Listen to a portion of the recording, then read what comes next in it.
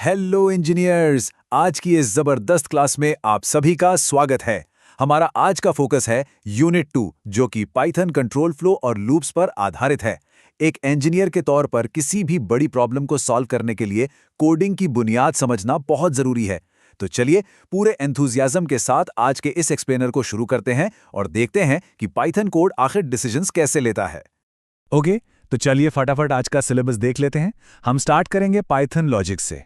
फिर हम देखेंगे कि कोड में डिसीजंस कैसे लिए जाते हैं, मल्टीपल कंडीशंस को कैसे हैंडल करते हैं, लूप्स की असली ताकत क्या है और आखिर में इन लूप्स को कंट्रोल कैसे किया जाता है। तो सबसे पहले बात करते हैं पाइथन लॉजिक की, जो हमारी प्रोग्रामिंग की बुनियाद बनाएगा। अब देखिए, पाइथन ना सिर्फ एक प्रोग्रामिंग लैंग्वेज नहीं है, ये एक ऐसी चाबी है जो मॉडर्न इंजीनियरिंग के दरवाजे खोलती है। ये एक हाई लेवल लैंग्वेज है, पर इसका सिंटैक्स इतना क्लियर है कि इसे रीड और राइट करना बिल्कुल नेचुरल लगता है। चाहे वेब डेवलपमेंट हो या आजकल के सबसे हॉट टॉपिक्स जैसे डेटा साइंस और आर्टिफिशियल इंटेलिजेंस, सब जगह इसका बोलबाला है।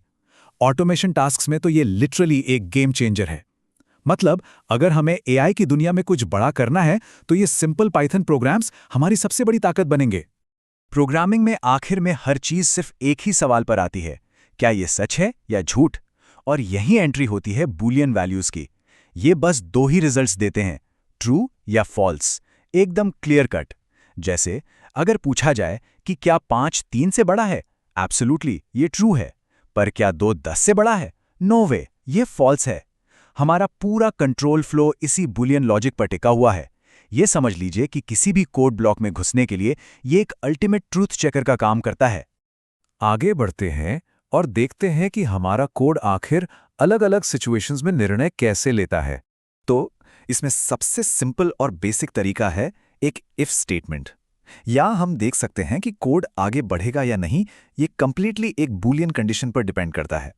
कोड तभी रन करेगा जब कंडीशन ट्रू होगी। जैसे अगर x की वैल्यू 10 से ज्यादा है, तभी हमारा प्रोग्राम प्रिंट करेगा कि x इज ग्रेटर देन 10। और अगर कंडीशन फॉल्स हो गई तो प्रोग्राम चुपचाप इस ब्लॉक को इग्नोर करके आगे निकल जाएगा। ये किसी भी प्रोग्राम में डिसीजन मेकिंग का सबसे पहला और जरूरी कदम है। लेकिन प्रैक्टिकल दुनिया में हमेशा सिर्फ एक ही रास्ता तो नहीं होता, राइट? कभी-कभी हमारे पास 2 चॉइसेस होती हैं। यहीं पर इफ एल्स स्टेटमेंट हमारा काम आसान करता है। इफ स्टेटमेंट तो सिर्फ एक सिंगल कंडीशन चेक करके छोड़ देता है, लेकिन इफ एल्स हमें 2 क्लियर डिस्टिंक्ट चॉइसेस देता है। मान लीजिए हमें चेक करना है कि कोई नंबर इवन है या ऑड। अगर उस नंबर को 2 से डिवाइड करने पर रिमाइंडर 0 बचता है तो इफ ब्लॉक चलेगा और इवन प्रिंट होगा। पर अगर ऐसा नहीं होता तो प्रोग्राम सीधा एल्स ब्लॉक में जंप करेगा और ऑड प्रिंट कर देगा।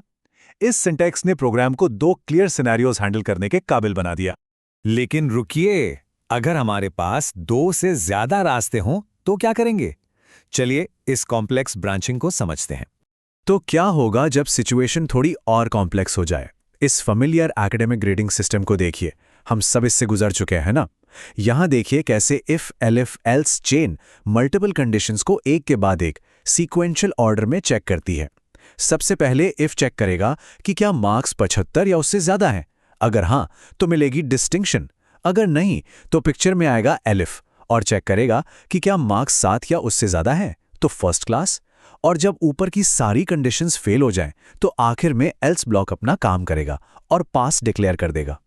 ये सीक्वेंस एकदम परफेक्टली दिखाता है कि लगातार कई शर्तों को कैसे हैंडल किया जाता है। अब आते हैं कोडिंग के सबसे हेवी लिफ्टर्स पर, लूप्स। ये सच में ऑटोमेशन का जादू है। जब भी हमें किसी टास्क को बार बार रिपीट करना होता है तो लूप्स हमारे सबसे बड़े दोस्त बन जाते हैं। सबसे पहले इस वाइल लूप को देखते हैं। ये एक साइक्लिक लूप की तरह है।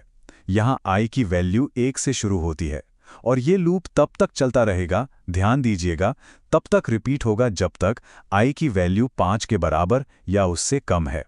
हर राउंड के बाद i की वैल्यू 1 से बढ़ जाती है। जैसे ही कंडीशन फॉल्स होती है, लूप तुरंत वहीं पर रुक जाता है। सिंपल वर्ड्स में, जब तक कंडीशन ट्रू बनी रहेगी, टास्क ऑटोमेटिकली रिपीट होता रहेगा। और अब मिलते हैं फॉर लूप से। बहुत सारे इंजीनियर्स का ये फेवरेट लूप होता है, खासकर जब हमें पहले से पता हो कि कोई एक्शन कितनी बार या किस फिक्स्ड रेंज तक रिपीट करना है।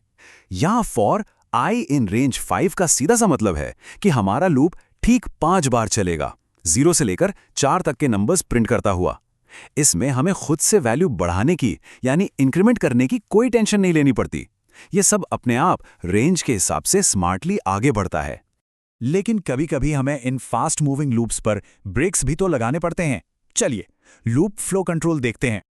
मान लीजिए आपका लूप तेजी से चल रहा है, लेकिन किसी पॉइंट पर आप चाहते हैं कि एक पर्टिकुलर स्टेप स्किप हो जाए। यही काम आती है कंटिन्यू कमांड। इस फ्लोचार्ट को ध्यान से देखिए।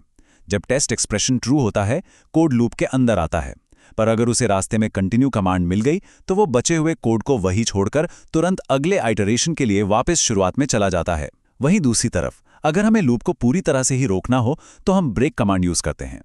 ब्रेक मिलते ही लूप वहीं ठहर जाता है और प्रोग्राम पूरी तरह से बाहर आ जाता है। ये दोनों कमांड्स हमें अपने कोड पर फाइनली कंट्रोल करने की आज़ादी देते हैं। तो आज की क्लास से सबसे अहम बात क्या निकल कर आती है? यही कि कंट्रोल फ्लो और लूप्स ही हैं जो हमारे कोड को उसका दिमाग देते हैं। अगर ये ना हो तो हमारा प्रोग्राम बस एक सीधी लाइन में चलने वाली बोरिंग मशीन बनकर रह जाएगा। अब इन बातों को प्रैक्टिकल दुनिया से जोड़कर सोचिए।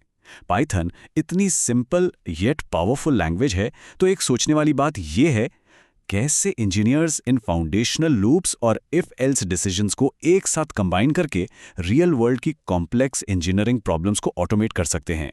इस सवाल पर जरूर विचार कीजिएगा, क्योंकि इनकी लगातार प्रैक्टिस से ही आप आने वाले बड़े प्रोजेक्ट्स को सफलता से हैंडल कर पाएंगे। आज के लिए बस इतना ही। Keep practising and keep coding.